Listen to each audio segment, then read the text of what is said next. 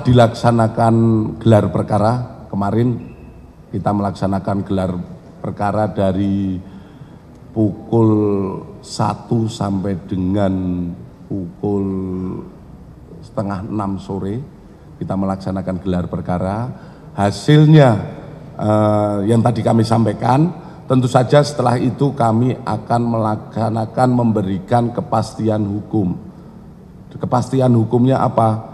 Seperti disimpulkan saat rilis ini, bahwa tidak ada ataupun tidak ditemukan peristiwa pidana seperti yang disampaikan oleh Pendumas.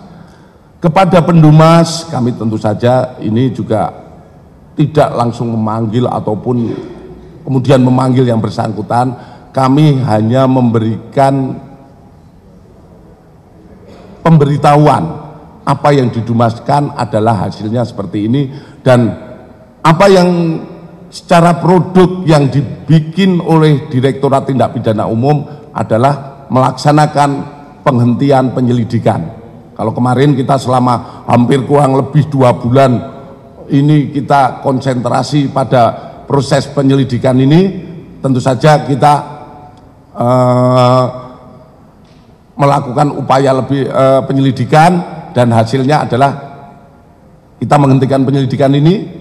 Selanjutnya anggota melaksanakan tugas-tugas lain yang mungkin masih menumpuk yang saat ini dilaksanakan oleh penyidik-penyidik kita. Ya.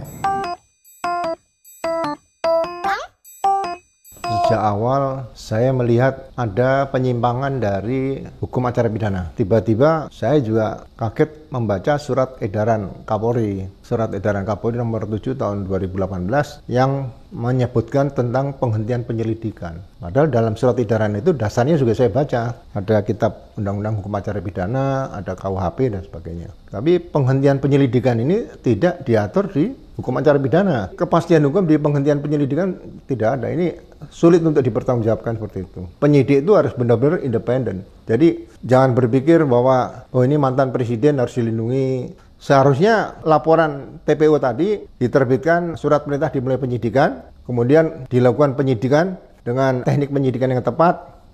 Sudah menghentikan penyelidikan dan itu tidak diatur di KUHP ya. Itu bertentangan dengan hukum acara pidana ya. Sekali lagi ya bukan bagian dari kepastian hukum.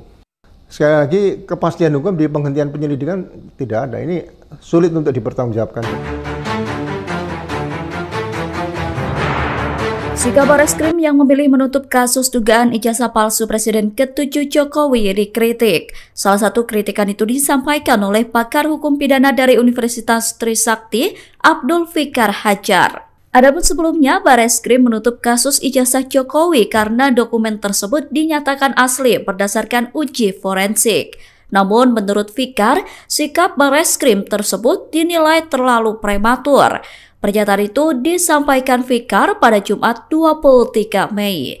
Fikar berpendapat bahwa kasus dugaan ijazah palsu Jokowi itu seharusnya dilanjutkan hingga ke pengadilan. Sebab hanya pengadilanlah yang bisa memutuskan apakah ijazah Jokowi asli atau palsu. Menurut Bambang Rukminto, hasil penyelidikan yang dilakukan Bareskrim Polri terhadap keaslian ijazah Jokowi belum memiliki kekuatan hukum tetap. Bambang menilai hasil penyelidikan kepolisian bukan jurisprudensi, yaitu tugas polisi dalam sistem peradilan pidana hanyalah sebagai penyidik, bukan pihak yang menjatuhkan vonis.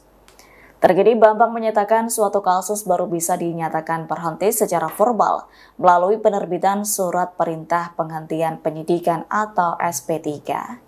Diketahui SP3 dapat diuji melalui mekanisme pra-peradilan, sementara itu SP2 LID adalah keputusan internal penyelidik yang secara normatif tak mengikat para pihak dan tidak dapat diuji di pengadilan.